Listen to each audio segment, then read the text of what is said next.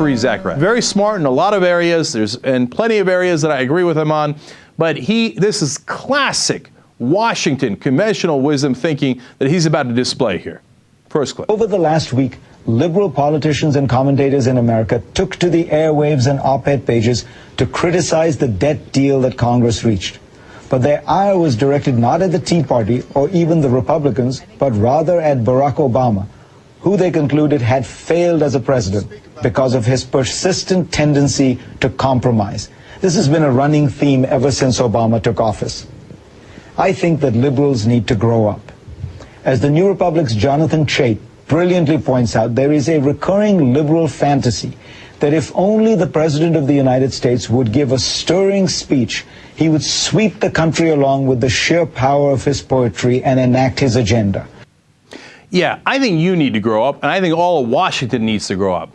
Listen, we're not kids. Don't talk down to us like we're stupid. We've been right about every single thing, and you've been wrong in Washington about every single thing. Now, I said that President Obama would get a terrible deal in the tax cuts, and he did. He gave away 100% of the store. The Bush tax cuts were for the rich were completely and utterly maintained. That was 100 to nothing. What did he get in return? The START Treaty? Now, Fareed, you don't know that the Republicans originally were in favor of the START Treaty, and they were in favor of it all along. That was an obvious negotiation tactic. You know, here's something you could do, Fareed, for example, not fantasies of stirring speeches. You go, oh, you know what?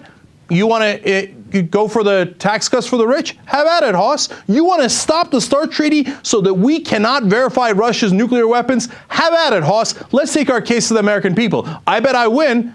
I bet the American people don't want loose nukes in Russia, and I bet that they're not in favor of the tax cuts for rich. Well, how do I know that? Because every poll shows about 70 to 80% of Americans say, hey, you know what, we should increase taxes on the rich and get rid of those Bush tax cuts. You see, a strong president doesn't need to give fantastic speeches. He just needs to say, this is my position, it is backed by the American people, and I am sticking to it. And if you counter me, no problem, but you will have a political price to pay. That's politics 101. If you don't understand that, you don't understand anything about politics. Please stop talking about it, because you people in Washington apparently don't know the first word about it. Here, I'll give you another example. Originally, the Republicans said that they wanted $30 billion in cuts, otherwise they would shut the government down.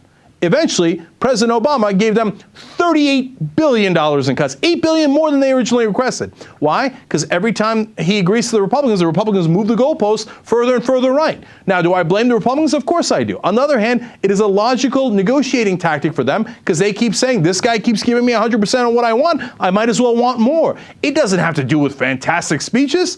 It has to do with how do you negotiate. And he is a horrible negotiator. Based on those examples and ones that we had seen before, I predicted that he would give away the whole store in this debt ceiling. I was right again. $2.5 trillion in spending cuts and not a dime in revenue increases. So who doesn't understand politics, Fareed Zakaria? Because I'm trying to figure out, I seem to be a little confused because, you know, I suppose I'm not a grown-up. So why don't you tell me what a brilliant defeat that President Obama has brought us and how I don't understand it. Give me, now he's talking not just about other liberals, but also specifically about Drew Weston, who I praised, who wrote in the New York Times. Let's hear this nonsense criticism.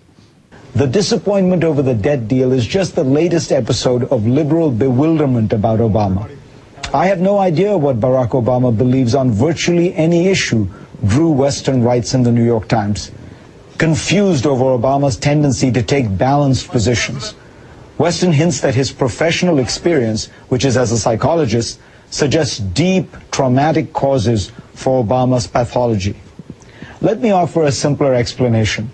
Obama is a centrist and a pragmatist who understands that in a country divided over core issues, you cannot make the best the enemy of the good. This is the classic, terrible, pathetic, weak excuse, which is, oh, we couldn't get something perfect, so we gave you exactly what the Republicans wanted instead. The country's divided, so I gave the Republicans 100% of what they wanted. But wait a minute. Why does President Obama keep talking about a balanced approach if he never gives us one? You see, in order to get balance, you have to fight for your side. They fight for their side, and then, you know what? If we met in the middle, I would be delightfully surprised. We're nowhere near the middle. I just gave you 3 examples where the Republicans got more than 100, sometimes more than 100% of what they wanted. What are your counterexamples? Fareed Zakaria backs it up with nothing. All he does is, I'm in Washington, and everybody in Washington agrees that the centrist and pragmatic thing to do is to always agree with the Republicans, and we think Barack Obama is a genius for doing so. Well, guess what? The American people don't think that way. That's why President Obama hit the 30s today in the polls, and he's only heading downwards, because what the American people are actually interested in is a strong leader who fights for his principles, the ones that got him elected in the first place.